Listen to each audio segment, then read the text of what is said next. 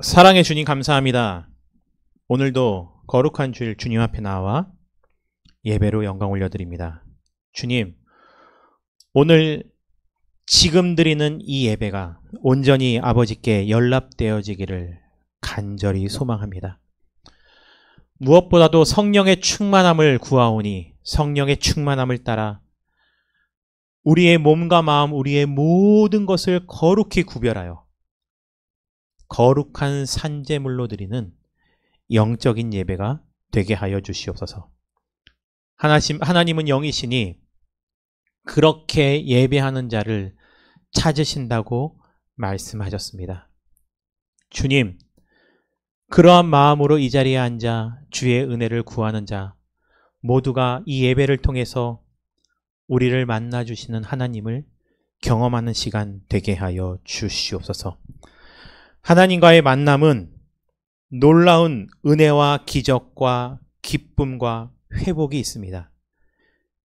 이 시간 이 예배 가운데 말씀을 듣는 가운데 찬양을 하고 기도하는 가운데 수많은 세상의 짐으로부터 억눌린 자 있다면 그것으로부터 자유케 되는 이 시간 되게 하여 주시고, 육신의 질병과 마음의 병으로 고통하는 자 있다면 그것으로부터 회복되게 하여 주시고, 너무나 근심과 걱정이 많아서 이 시간에도 그 생각을 떨쳐낼 수 없는 자 있다면 이 시간 오직 주님만을 생각하고 주님께만 집중하였을 때 우리의 근심은 떠나가고 우리가 가지고 있던 짐은 가벼워지는 놀라운 은혜의 시간이 되게 하여 주시옵소서.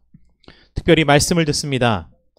전하는 자도 듣는 자도 동일한 은혜가 있게 하여 주시고 이 패역한 세대를 말씀대로 살아가다가 말씀대로 승리하는 저희들이 되게 하여 주시옵소서. 예수님의 이름으로 감사드리며 기도드립니다. 아멘. 말씀 보겠습니다. 본문 말씀 사도행전 10장 1절부터 23절까지의 말씀입니다. 사도행전 10장 제가 가진 성경으로요. 신약성경 204페이지입니다. 1절부터 23절까지 말씀 저와 여러분들 한 절씩 교독하도록 하겠습니다. 제가 먼저 읽겠습니다. 사도행전 10장 1절부터 23절까지입니다. 가이사랴에 고넬료라 하는 사람이 있으니 이달리아 부대라 하는 군대의 백부장이라. 그가 경건하여 온 집안과 더불어 하나님을 경외하며 백성을 많이 구제하고 하나님께 항상 기도하더니 하루는 제9시쯤 되어 환상 중에 밝히 보매 하나님의 사자가 들어와 이르되 고넬료야 하니 고넬료가 주목하여 보고 두려워 이르되 주여 무슨 일이니까? 천사가 이르되 내 기도와 구제가 하나님 앞에 상달되어 기억하신 바가 되었으니 내가 지금 사람들을 욥바에 보내어 베드로라 하는 시몬을 청하라. 그는 무두장이 시몬의 집에 유숙하니 그 집은 해변에 있다 하더라. 마침 말하던 천사가 떠나매 고넬료가 집안 하인 둘과 부하 가운데 경건한 사람 하나를 불러 이 일을 다 이루고 욥바로 보내니라. 이튿날 그들이 길을 가다가 그 성에 가까이 갔을 그때에 베드로가 기도하려고 지붕에 올라가니 그 시각은 제6시더라.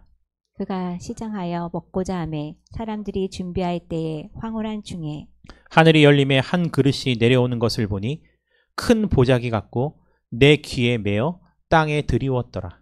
그 안에는 땅에 있는 각종 네발 가진 짐승과 기는 것과 공중에 나는 것들이 있더라. 또 소리가 있으되 베드로야 일어나 잡아먹으라 하거늘 베드로가 이르되 주여 그럴 수 없나이다. 속되고 깨끗하지 아니한 것을 내가 결코 먹지 아니하였나이다 한데 또 두 번째 소리가 있으되 하나님께서 깨끗하게 하신 것을 내가 속되다 하지 말라 하더라. 이런 일이 3번 있은 후 그 그릇이 곧 하늘로 올려져 가니라. 베드로가 본 바 환상이 무슨 뜻인지 속으로 의아해 하더니 마침 고넬료가 보낸 사람들이 시몬의 집을 찾아 문 밖에 서서 불러 묻되 베드로라 하는 시몬이 여기 유숙하느냐 하거늘 베드로가 그 환상에 대하여 생각할 때 성령께서 그에게 말씀하시되 두 사람이 너를 찾으니 일어나 내려가 의심하지 말고 함께 가라 내가 그들을 보내었느니라 하시니 베드로가 내려가 그 사람들을 보고 이르되 내가 곧 너희가 찾은 사람인데 너희가 무슨 일로 왔느냐? 그들이 대답하되 백부장 고넬료는 의인이요 하나님을 경외하는 사람이라 유대 온 족속이 칭찬하더니 그가 거룩한 천사의 지시를 받아 당신을 그 집으로 청하여 말을 들으려 하느니라 한데 다 함께 하시겠습니다. 베드로가 불러들여 유숙하게 하니라. 아멘. 말씀을 시작하기 전에요. 우리 11장을 넘겨볼까요? 11장의 시작에 주제가 나와 있죠. 11장의 내용은 무슨 내용이라고 나와 있죠? 베드로가 예루살렘 교회에서 무엇을 하는 거예요? 보고를 하고 있대요. 저희 교회도요. 1년에 한 번 저희 교회가 속한 총회에 저희 교회 상황을 보고하게 됩니다. 그러면 무엇이 올라갈까요?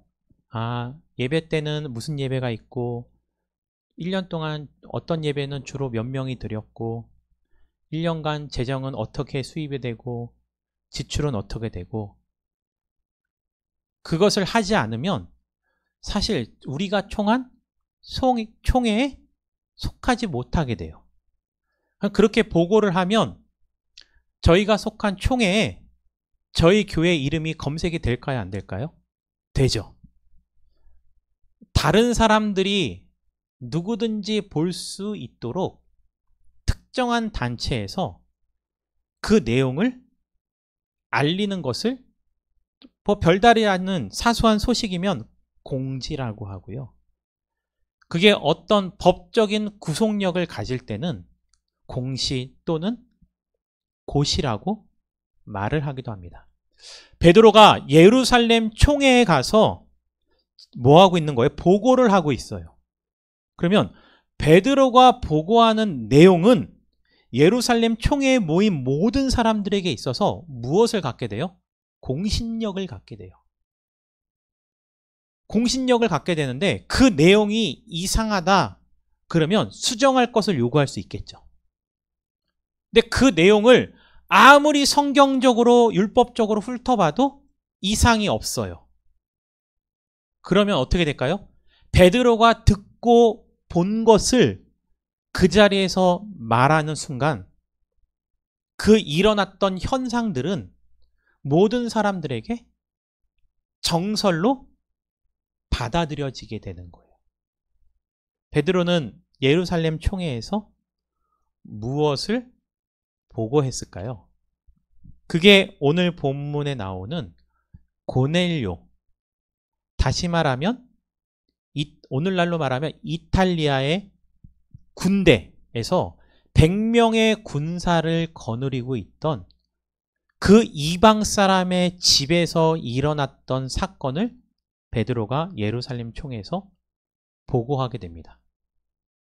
그리고 예루살렘 총회에서의 그 보고를 시작으로 해서 그 전에 있었던 사도 바울의 사역도 마찬가지고 이제 복음이 세상으로 뻗어나가는 데 있어서 복음이라는 것은 이스라엘 민족에게 오늘로 말하면 유대인들에게 국한되어 있는 것이 아니라는 거예요. 그래서요. 하나님께서는요. 이 사도행전에 굉장히 중요한 사건 하나를 기록하시고 있는 거예요. 오늘 본문 말씀에 나와 있는 고넬료라는 사람은요. 우리가 성경을 보았을 때는요. 어떠한 루트로 복음을 전해 들었는지는 나와 있지 않아요. 그러니까 대부분의 학자들은 고넬료가 복음을 전해 들었던 방법에 대해서 사도 바울이 전하지 않았어도 제자들이 전하지 않았어도 소문은 계속 뭐하고 있어요? 퍼지고 있었다라는 거죠. 이스라엘 백성들이 애굽에서 나와 가나안으로 가기 전에 애굽에서의 사건 하나만으로도 광야를 지나가면서 그 광야의 여정 속에 있었던 수많은 민족들에게도 그 소문이 어떻게 됐어요? 전해지고 있었어요. 가장 강력한 군사력과 요새를 가지고 있던 여리고 사람들도요, 익히 그 소문을 듣고 두려워해서 성문을 굳게 닫아놓고 있었잖아요. 고넬료는 우리가 어떠한 루트로 복음을 전해들었는지 모르지만 오늘 본문 말씀에는 그가 하는 역할의 직분에 대해서도 분명히 나와 있고 2절을 읽어볼까요? 그가 경건했다고 나와 있어요. 경건했다. 경건이란 단어는요, 신앙생활에 있어서 중요한 단어이기 때문에 여러분들 귀에 못이 박히게 계속 저는 강조합니다. 이 경건했다라는 것은 그가 온전히 하나님을 건강한 마음으로 섬기고 있었다라는 거죠. 그런데 고넬료 한 사람에게만 국한된 것이 아니에요. 전해 들은 소문이에요. 전해 들은 거. 그런데 고넬료뿐만이 아니고 성경에서는 온 집안과 더불어서 하나님을 뭐하고 있대요? 경외하고 있대요. 여러분들 이 온 집안이라는 단어예요. 여러분들 삼색 볼펜은 항상 필요해요. 성경을 읽어나가는데 형광펜도 필요할 수도 있고요. 온 집안을 꼭 체크해 두세요. 이 온 집안의 의미가 성경이 말하고 있는 온 집안은요, 사실 자기 가족들에게만 국한되어 있는 게 아니에요. 한 지붕 아래 살아가고 있는 모든 사람들에게 해당되기도 해요. 잠시 후에 나옵니다. 그런데 온 집안 사람들과 하나님을 뭐하고 있었대요? 경외하고 있었대요. 경외라는 단어, 공경하다라는 뜻과 무엇이요? 두려워한다라는 것.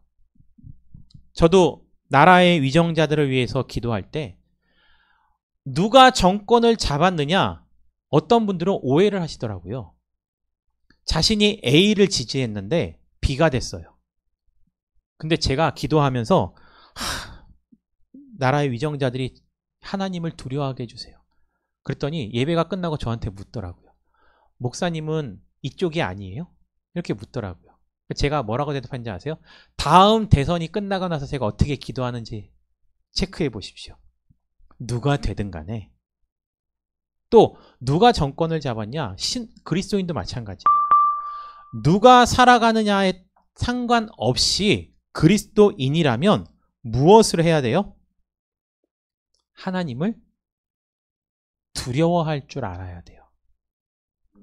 특히 정권, 세상의 권세를 잡고 있는 자들이, 힘 있는 자가 더 낮게는요, 누군가를 부리고 있는 상전이, 누군가를 책임지고 있는 권위자가 자기 위에 하나님이 있다라는 것을 인식하지 못하죠. 그때부터 어떻게 될까요? 속된 말로 요즘에 다문화 엄마들을 가르치고 있는데요. 한국말로 가르치고 있는데요. 속된 말로 뭐가 배 밖으로 나왔다? 간이. 그러면 끔찍하게 생각하는 거 알죠?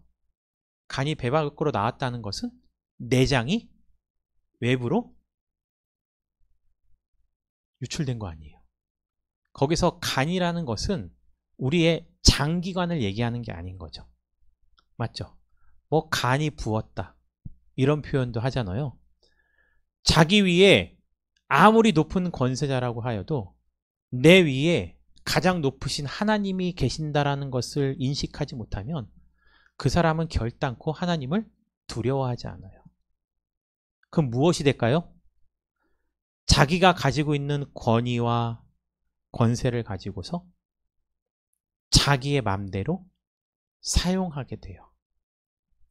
그러면 그를 따르는 사람들은 그를 순종할까요? 복종할까요? 복종을 하게 되죠. 왜요? 조건인 거예요. 어쩔 수 없는 거예요. 그걸 우리는 뭐라 그래요? 억압이라고 말합니다. 그런데요, 오늘 고넬료라는 사람은 온 집안과 더불어 하나님을 경외했대요. 이 온 집안에 우리가 읽었죠? 누구도 포함되어 있어요? 고넬료가 베드로에게 사람을 보내죠.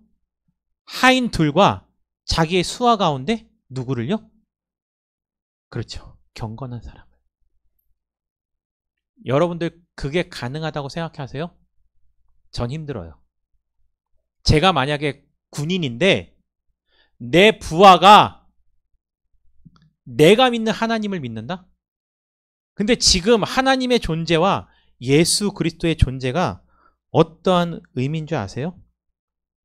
말씀을 하나 볼게요. 사도행전 16장으로 넘어가겠습니다. 고넬료를 따라서 로마의 녹을 받으며 살아가고 있는 군인이 예수 그리스도를 믿는다? 어떤 의미인지 한번 살펴보겠습니다. 16장 16절입니다. 사도행전. 주제가 뭐라고 나와 있어요? 바울과 실라가 같이다. 내용은 이래요.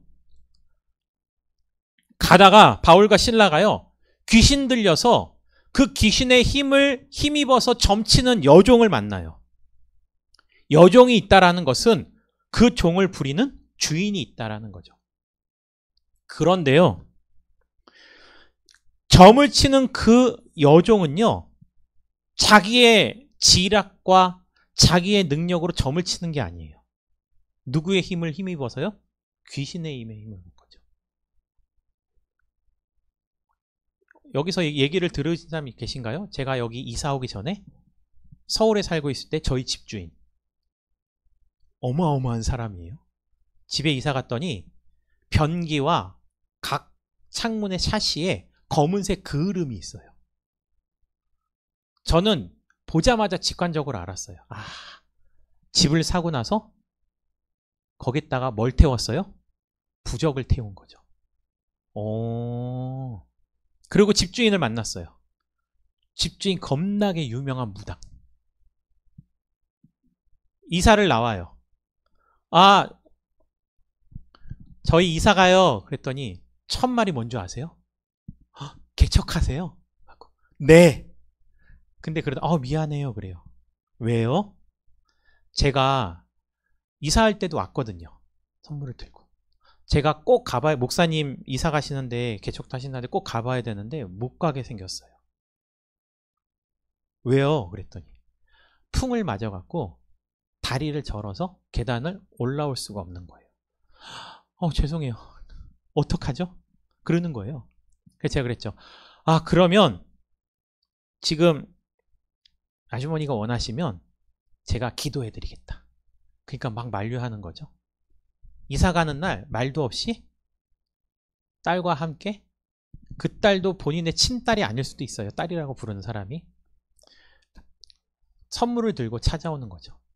간신히 계단을 뚜벅뚜벅. 제가 그분과 전화할 때 그랬어요. 올해 초에도 한번 전화를 했는데 그것 보세요. 사단은 자기가 쓰고자 하는 사람을 사용하고 그의 인격을 존중해서 그가 자기를 위해 쓰임을 받았으니 그의 인생을 책임지고 그를 사랑해 줄까요? 아니에요. 그냥 뭐 하는 거예요? 버리는 거예요. 가룟 유다가 예수님을 팔았어요. 왜 팔았어요? 성경에 사단이 그 마음을 넣었다라고 말하고 있어요. 그러면 자기한테 복종했으니 책임져야죠. 책임지지 않아요. 그게 어디에 가장 정확하게 나와 있는지 아세요? 나니아 연대기. C.S. 루이스의 책을 보면요, 그 나니아의 세계에 들어온 엄청난 힘을 가지고 있는 택한 족속이요, 왕같은 제사장이요, 하나님의 나라, 하나님의 소유된 백성들이 그곳에 들어왔음을 마녀는 직감하고 그 아이들을 잡기 위해서 그 네 아이 가운데 한 명을 잡아놓고 회유를 해요. 너희 형제들이 어딨니? 너가 말해주면 내가 너가 원하는 걸 다 해줄게. 말을 해요. 그리고 나서 어떻게 됐을까요? 마녀가 그 아이를 버려요. 이게 속성인 거예요. 자, 여종이 귀신을 힘입어서 점을 쳐요. 그런데 우리는요, 자기의 힘으로 그걸 하고 의지적으로 하는 게 아니잖아요. 그러면 그런 사람들에 대해서 무슨 마음을 가져야 돼요? 불쌍히 여겨야 돼요. 제가 그 사람과 보이지 않는 영적 싸움을 하기 위해서 주인에게 그렇게 말한 게 아니에요. 그냥 불쌍한 영혼인 거예요. 여기 있는 분도 마찬가지예요. 이 건물에 있는 분. 처음에 들어오실 때 짐을 옮기길래 제가 들어서 함께 짐을 옮겨드렸어요. 짐이 딱 보이죠? 어떤 짐들인지. 불쌍한 영혼들인 거예요. 바울과 실라도요, 다른 게 아니고요, 그 여종 자체가 불쌍했던 거예요. 어떻게 했을까요? 예수 그리스도의 이름으로 귀신을 내어 쫓았어요. 그런데 문제는 귀신을 쫓아내서 그 여종은 자유로워졌는데 그 여종을 통해서 돈을 벌고 있었던 주인이 이 두 사람을 고발하게 되는 거예요. 그래서 오늘날로 우리나라 말하면 지금 법정에 고소를 해갖고 재판을 받고 있는 거예요. 근데 재판을 하는 판사가 중립을 지켜야 되잖아요. 여기 보니까 그 주인의 말을 듣고 분노해서 소리를 지르는 거예요. 판사가요. 그리고 나서 뭐라고 말하는지 아세요? 16장 20절과 21절을 보면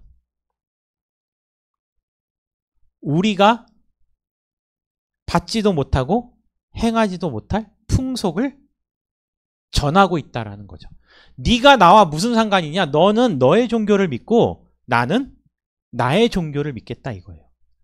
근데 왜 상관에서 내 돈벌이를 니들이 망쳐놓느냐 이거죠. 당시요, 몽골도 마찬가지고요, 로마도 마찬가지고 저들이 어마어마한 제국을 거느리고 있으면서 그 첫 번째 그 나라를 함락할 때는 무엇으로 함락을 해요? 힘으로요. 근데 함락을 하고 나서 그곳을 다스리는 통치 방법이 뭐였는지 아세요? 저들의 종교와 문화를 그대로 다 존중해 주는 거예요. 왜냐하면 그래야 저들이 내 말을 잘 듣고 권력에 굴복하면서 살기 때문이에요. 자기는 어차피 저들이 믿고 있는 종교와 문화에 가장 높은 데 있는 존재라고 자신하는 거죠. 그래서 자기의 풍속을 무너뜨리고 있다는 말이 뭐냐면 우리나라 말로 하면 무슨 죄예요? 풍기문란죄예요. 그렇죠. 그래서 바울과 실라는 감옥에 갇히게 돼요.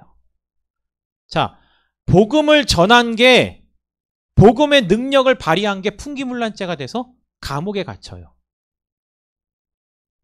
고넬료는 이방의 관리였어요. 그가 아직도 누구가 직접 전해주지 않았음에도 불구하고 그는 자기 가족들과 더불어 하나님을 믿고 있었고, 믿음이 한 걸음 나아가서 무엇을 하고 있었냐면 자기의 백성들을 믿음으로 구원하고 있었어요. 근데 믿음으로 구원한 것 이외에 또 그가 무엇을 하고 있다고 말했어요? 되게 중요한 단어 하나 있죠.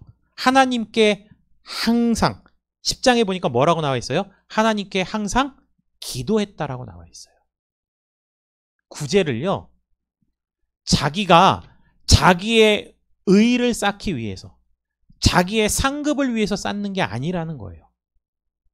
구제는 하나님께 기도하고 그리스도인이 마땅히 해야 될 일이기 때문에 하나님의 영광을 위해서 그냥 하는 거예요. 내가 이만큼 믿음을 행했으니 주님 나를 잘 봐주세요? 아닌 거죠. 하지만 그러한 행위 자체는요, 하나님이 뭐 하시냐면 늘 지켜보고 계신 거예요. 그것까지 성경 말씀에 나와 있잖아요. 하나님께서 4절 말씀에 보니까 하나님께서 그의 일들을 다 기억하고 계신다라는 거예요. 그가 행했던 모든 것이 다 하늘나라에 뭐가 되고 있어요? 상달되고 있대요. 하나님은요, 고넬료를 관심 있게 지켜보고 계셨어요. 그러니까 하루는 하나님께서 고넬료를 사자를 보내서 찾아가시는 거예요. 그리고 그에게 말씀하시는 거죠. 그때 진짜 놀라운 일이 있어요. 누구한테 직접적으로 잘 전달되어진 복음을 들은 것도 아니에요. 사무엘처럼 하나님이 부르셨을 때 선생님 부르셨어요? 아니야, 내가 아니야. 선생님 부르셨어요? 아니야. 엘리가 얘기해 주잖아요. 이번에도 또 그런 소리가 들리거든. 말씀하옵소서 내가 듣겠나이다. 이렇게 하나님을 영접하는 방법, 하나님을 만나는 방법을 누구한테 들은 것도 아니에요. 인간의 속성 가운데는 신 앞에 나아갈 때 그 신이라는 존재를 뭐하는 속성이 있어요? 두려워하는 속성이 있어요. 내가 인격적으로 하나님을 만나고 하나님과 친구와 같은 삶을 살아도 마찬가지예요. 예수 그리스도의 제자들도요, 모세도요, 하나님 앞에 죽을까 두려워 떨었어요. 그래서 하나님이 그들에게 하는 말이 뭐예요? 두려워 말라라는 거예요. 우리는 하나님을 당연히 두려워할 존재예요. 하나님을 두려워하지 않는 것은 불신앙이에요. 근데 사단은요, 귀신은요, 그 두려움과 공포로 사람들을 휘잡는 거죠. 그것으로 자기의 노예를 삼아요. 우리의 하나님은요, 인격적인 분이세요. 우리가 두려워하는 것은 당연히 아세요. 하지만 두려워하지 말라. 그리고 너가 했던 그 모든 것을 내가 기억하니 너는 베드로라 하는 시몬을 요빠에 가서 무두장이 시몬의 집에 있으니까 어디에서 누구 집에 있다는 것까지 아주 정확하게 알려주세요. 있으니까 그를 청해서 집으로 데리고 오래요. 보세요. 이방의 신을 증거하는 자, 그들이 가는 곳마다 소동이 일어나요. 그냥 지 혼자 믿고 자기 혼자 구원을 받을 것이지 왜 그것을 자꾸 뭐예요? 전하고 다니냐고요. 근데 전하지도 않았는데 이미 믿고 있는 사람한테 가서 하나님은 눈치도 없이 너희 집으로 데리고 오래요. 고넬료는 그곳에 사람을 보내서 베드로를 데려옵니다. 그러면 자, 제가 고넬료라도 굉장히 눈치 봤을 것 같아요. 지금 나 혼자 믿고 이런 행동을 하는 것도 로마의 눈치가 보여 죽겠는데 그 사람 가운데 하필이면 그냥 도마나 이런 사람, 어떻게 보면 인간적으로 봤을 때 서열상 맨 뒤쪽에 있는 사람을 불러오라 그러지 하필이면 누굴 불러오래요? 가장 눈에 띄는 베드로를. 우리가 고넬료라면 하나님의 그 부르심 앞에 어땠을 것 같아요? 아니요, 중요한 거는요, 하나님이 우리에게 무엇을 요구했냐가 중요한 게 아니에요. 하나님이 우리에게 말씀하시는데도 불구하고 우리는 혹시 그것을 하나님의 말씀으로 듣지 못하고 흘려보낸 것은 있지 않은지 생각해 보아야 되는 거예요. 제가 여기서 개척을 하고 나서 불과 몇 달이 안 되어서 한 청년이 찾아와요. 농구를 하다가 만났는데 여기서 이제 끝나고 음료를 마시고 놀고 있는데 교회가 있는 걸 보고 교회가 있네요? 목사님이요? 하고 그럴 수도 있지. 한번 올게요. 근데 진짜 오더라고요. 근데 그 아이를 처음 볼 때부터 어떤 아이인지 감이 오더라고요. 왔는데 저 뒤에 앉아서 예배를 드리는데 자꾸 뒤를 쳐다봐요.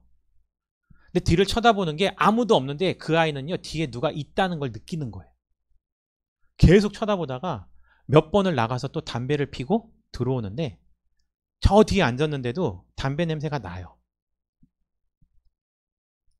근데 제가 설교를 하면서 속으로 무슨 기도를 했냐면요, 하나님, 아직도 제가 훈련이 부족한가요? 그런 청년들, 그런 아이들, 저 스스로 자부하기에는 어느 사역자보다 제가 많이 만났어요. 그런 아이들을 많이 만나고, 교회에서도 사람들이 대하기 힘들어하는 사람들이 들어오면 항상 제가 가서 그 사람들을 대하고 얘기하고, 훈련이 부족해서 처음 이곳에 찾아오는 사람을 그런 청년을 보내주셨나요? 라고 설교를 하면서 하나님께 투덜댔어요, 속으로. 하나님이 저에게 보내주신 하나님의 응답일 수도 있잖아요. 그런데도 그렇게 투덜거렸어요. 예배가 끝나고 아이가 위험성이 있다 보니까 가족들을 먼저 보내고 무슨 행동을 할지 모르잖아요. 제가 데리고 가서 함께 햄버거를 먹고 또 그 뒤에 또 기타를 배우러 오기도 하고 같이 농구도 하기도 하고 몇 번 만나고 놀러 오기도 하고, 그러다가 이제 연락이 쭉 없어요. 저의 실수인 거죠. 잘 지내고 있니? 어떻게 지내고 있어? 근데 굳이 연락을 하고 싶지 않았어요. 뭐 할까봐? 또 올까봐. 그걸 한 번에 말씀하시니까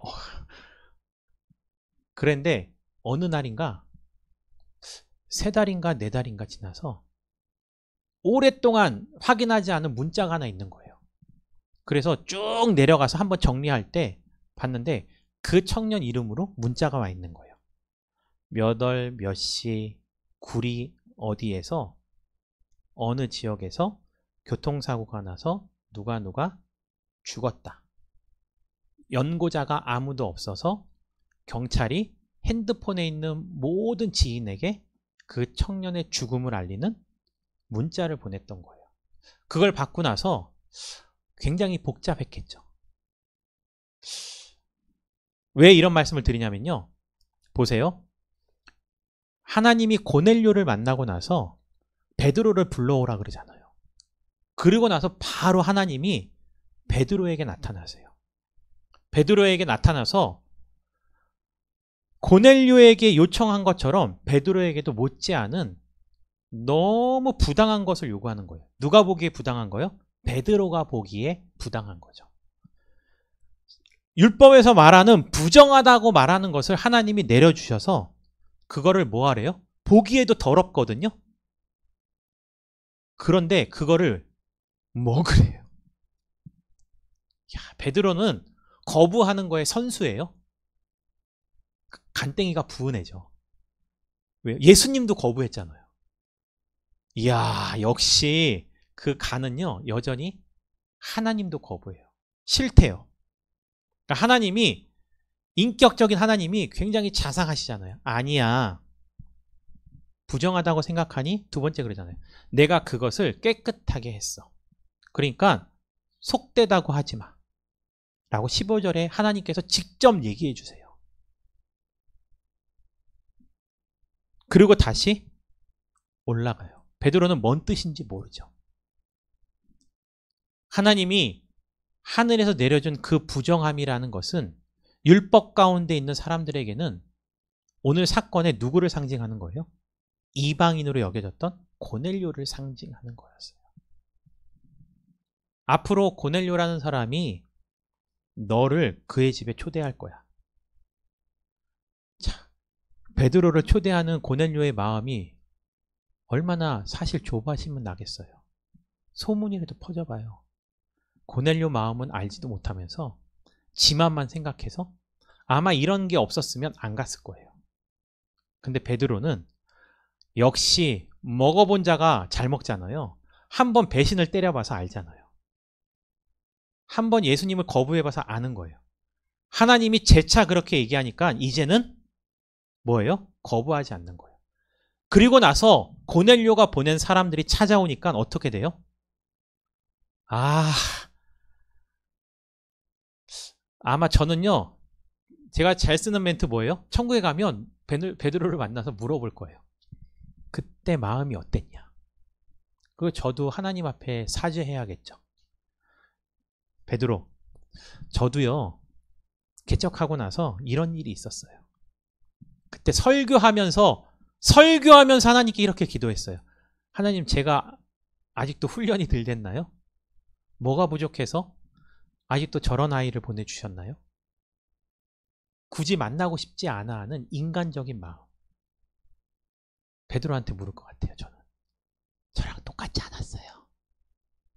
그 사람들이 찾아왔을 때 혹시 안 찾아오길 바라지 않았어요? 찾아온 그 사람이 다른 사람이길 바라지 않았냐고. 하지만 베드로는요, 성령을 받고 나서는 하나님의 부르심 앞에 결국은 거부하지 못하고 고넬료 집에 가요. 복음을 직접 전해드리지 못했는데 하나님을 만난 사람들 얘기 들어보셨어요? 예전에 교회에 있을 때요, 제가 안양에 있는 열방교회라는 아파트 단지 안에 있는 작은 교회를 섬겼어요. 그 목사님 진짜 독특해요. 아마 이 설교도 들을지 몰라. 자기가 좋아서 그냥 의대 앞에 가서 의대생들을 전도하는 거예요. 전도한다고 또 그 목사님을 따르대요. 각자 자기 교회가 있음에도 불구하고 병원에서 또는 의과대학에서 정기 채플이 생겨나요. 그리고 채플을 들이다가 어떤 또 이상한 의사는요, 자기가 하고 있던 개인 병원을 다 처분하고 다 팔고 선교사로 그냥 가요. 중동 지역으로. 이 아브라함 선교사님이라는 분이 간증을 하시는데 이런 얘기를 하더라고요. 난민촌에 들어갔는데 어떤 여인을 만났는데 그 여인이, 그렇다고 제가 막 신비주의적인 것을 좋아하는 성향이 아니에요. 저도 듣고 너무 신기했어요. 그 여인을요, 하나님이 직접 만나 주신 거예요. 그리고 선교사님이 그 여인을 만나서 그 여인이 듣고 보았던 것을 선교사님께 얘기해 주는데 그게 성경하고 너무 맞아들이는 거예요. 맞아 있는 거죠. 선교사님도 신기해하는 거예요. 그런 일은 있을 수 있어요. 왜요? 하나님은요, 누군가를 통해서 복음을 전하기도 하지만 누군가를 통해서 전해드릴 수 없을 때는 하나님이 직접 그들을 만나주시기도 하잖아요. 고넬료의 직책은 백부장이었어요. 오늘 말씀을 이해하기 위해서요, 여러분들은요, 집에 가서 사복음서에 나와 있는 백부장의 이야기를 한번 살펴보세요. 제가 간단하게 설명드릴게요. 사복음서에서요, 백부장이 나와요. 사복음서에 나오는 백부장은 어떤 사건이 있었어요? 하인이 아파요. 하인이 아팠을 때 백부장이 직접 찾아왔을까요? 아니에요. 백부장이 아닌 다른 사람들이 예수님을 초청하기 위해서 찾아오는데 누가복음은요, 그 사건을 좀 더 정확히 기록해요. 그래서 누가 찾아왔냐면 백부장 대신, 로마의 군인이었던 백부장 대신 누가복음 7장에는요 유대인의 장로들이 찾아와서 백부장의 하인이 아프다고 예수님을 찾아와서 예수님을 백부장의 집으로 데려가려고 그래요. 웃기지 않아요? 그러면 우리는 이렇게 상상할 수 있겠죠. 아, 예수님을 죽였던 제사장들도 빌라도와 로마의 권세 있는 자들과 결탁해서 하나를 이루고 있었잖아요. 예수님을 찾아온 이 유대인의 장로들도 백부장과 결탁해서 백부장에게 잘 보이기 위해서 예수님을 찾아왔구나라고 생각할 수도 있겠죠. 근데 누가복음에 나오면 왜 자기들이 찾아왔는지 예수님께 얘기해요. 백부장이요, 미친 짓을 한 거예요. 유대인들을 위해서 무엇을 지어줘요? 회당을 지어줘요. 권력가로서 자기가 다스리고 있는 사람한테 백부장도 로마의 통치법과 똑같이 저들의 종교를 통치의 방법으로서 인정해 주는 거였을까요? 아니면 그 역시 고넬료와 같이 예수 그리스도를 믿고 있었기 때문일까요? 라고 고민할 필요도 없죠. 통치의 방법이었다면 자기 하인의 질병 앞에서 굳이 그 뜨거운 감자를 자기 집에 들인다고요? 미련한 짓인 거죠. 그런데 예수님께서요, 그 백부장의 믿음을요, 이스라엘에서 이만한 믿음을 본 적이 없다고 칭찬해 주세요. 왠 줄 아세요? 그는 하나님이 사랑하시는 인간과 자신을 사랑하는 그 하나님을 섬기는 우리가 하나님을 바라보는 모습의 권위의 구조를 어디서 배웠냐면요, 군대에서 배운 거예요. 군대에서. 뭐냐면 자기도 백부장이죠. 100명의 군사를 명령을 하면 군사가 어떻게 해요? 자기의 명령을 따라요. 야, 너 이거 들어서 저기다 옮겨놔. 그러면 명령을 따르는 군인이라면 그 명령이 있었으니까 그가 와서 확인을 하든 안 하든 그 얘기를 백부장을 통해서 들은 게 아니고 백부장 밑에 있는 다른 사람에게 들었던 안 들었던 자기가 따르는 상전이 그렇게 얘기하면 하는 거예요. 예수님이 그래 가자 그랬더니 그 소식을 또 백부장이 예수님이 자기 집으로 오는 과정 가운데 다른 사람이 들은 거예요. 주인님 예수님이 우리 집에 온대요. 그러니까 백부장이 깜짝 놀라서 다시 종을 보내서 시켜요. 오지 마시라고. 전 처음에 읽었을 때 이야, 이 간사한 것. 눈치 보이니까 야, 자기 집에 들어온 뜨거운 감자를 뭐예요? 거절한다. 지가 청해놓고. 아니요. 무슨 얘기를 전했냐면 저도 사람을 부리는 사람인데 명령을 하면 듣지 않냐고. 내가 지금 내 하인의 병을 고쳐달라고 부탁을 하고 있는 당신은 창조주세요. 100명의 군사를 거느리는 사람이 갖고 있는 힘도 막강한데 이 세상을 지으신 창조주가 가지고 있는 힘은 그에 비할 수가 없는 거죠.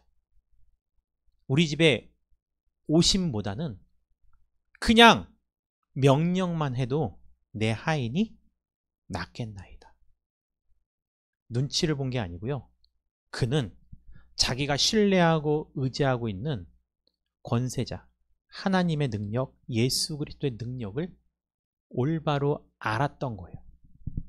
그 영적인 능력 앞에서는 주종관계가 누가 갑이고 누가 을인지를 알았던 거예요.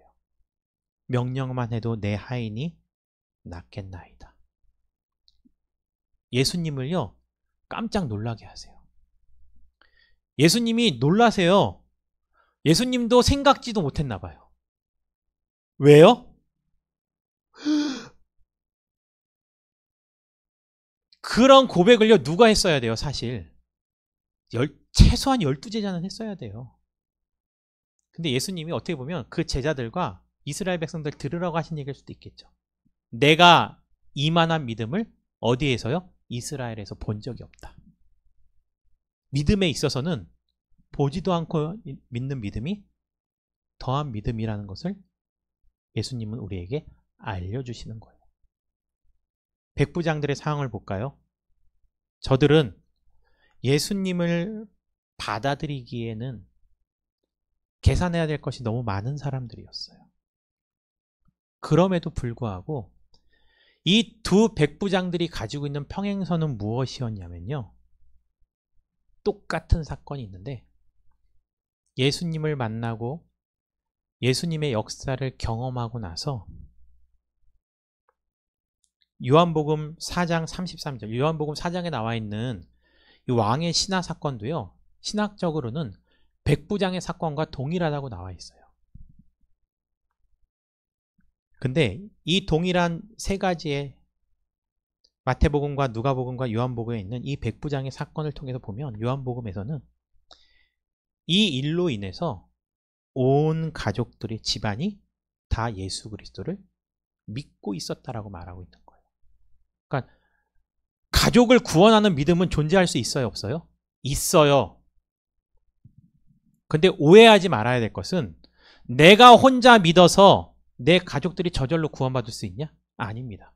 그건 신학적으로 성립될 수 없어요. 그거는 비성경적이에요. 그런데 왜 성경에서는 주 예수를 믿으라 그리하면 너와 내 집이 구원을 얻을 거라고 선포하고 있냐면요. 이 백부장을 보면 알 수 있어요. 성경에서 예수님의 하나님의 영적인 원리를 발견하는 방법은요. 하나님이 선포하신 것을 있는 그대로 받아들이는 것도 방법이고요. 하나님이 행하시는 이 반복적인 일 가운데 공통적으로 하나님이 가지고 계신 영적인 원리를 발견할 수 있는 거예요. 거기에 무엇이 있냐면 행함이라는 것이 존재하는 거예요.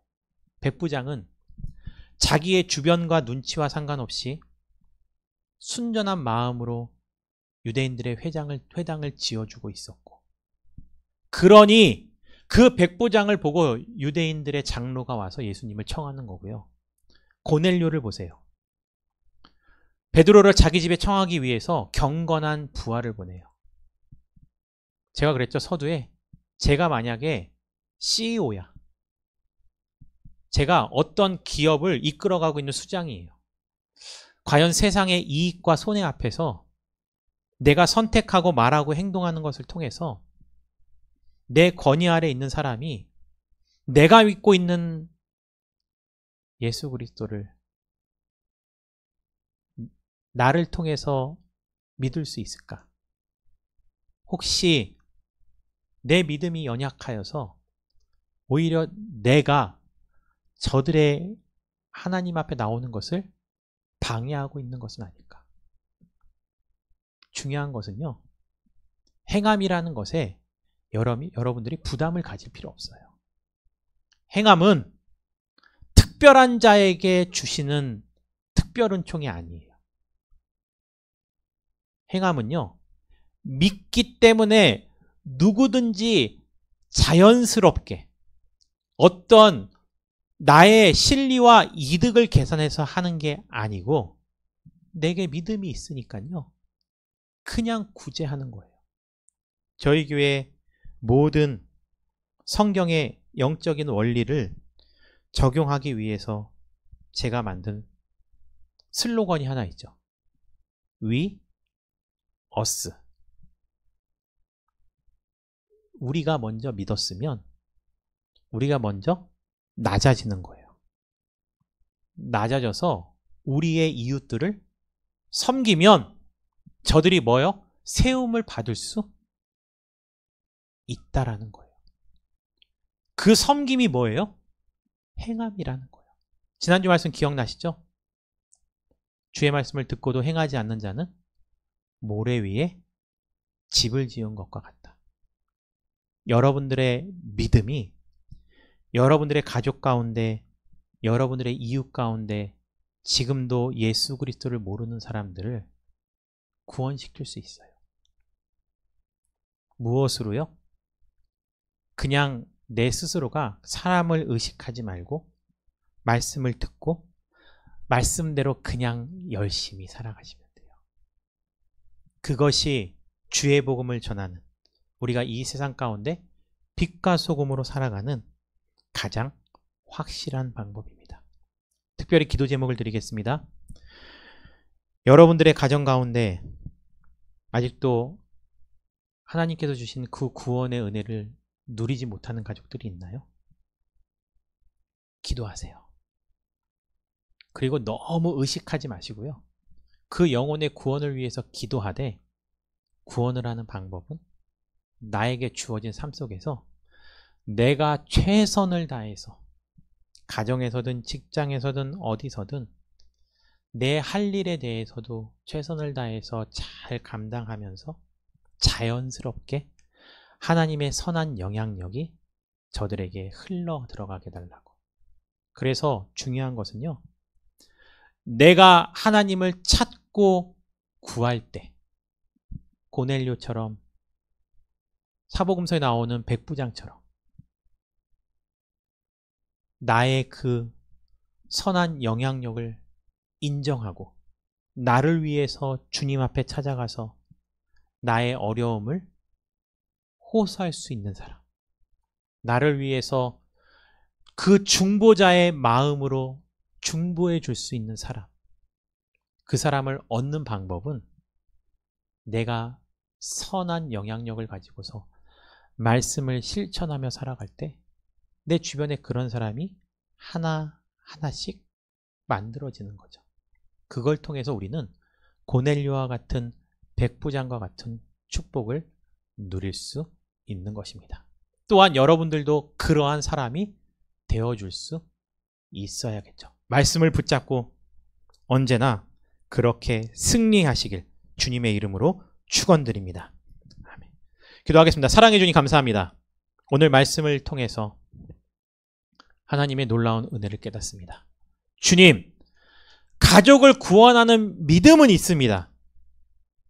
내 믿음 때문에 믿지 않는 가족이 저절로 구원받는 것이 아닙니다.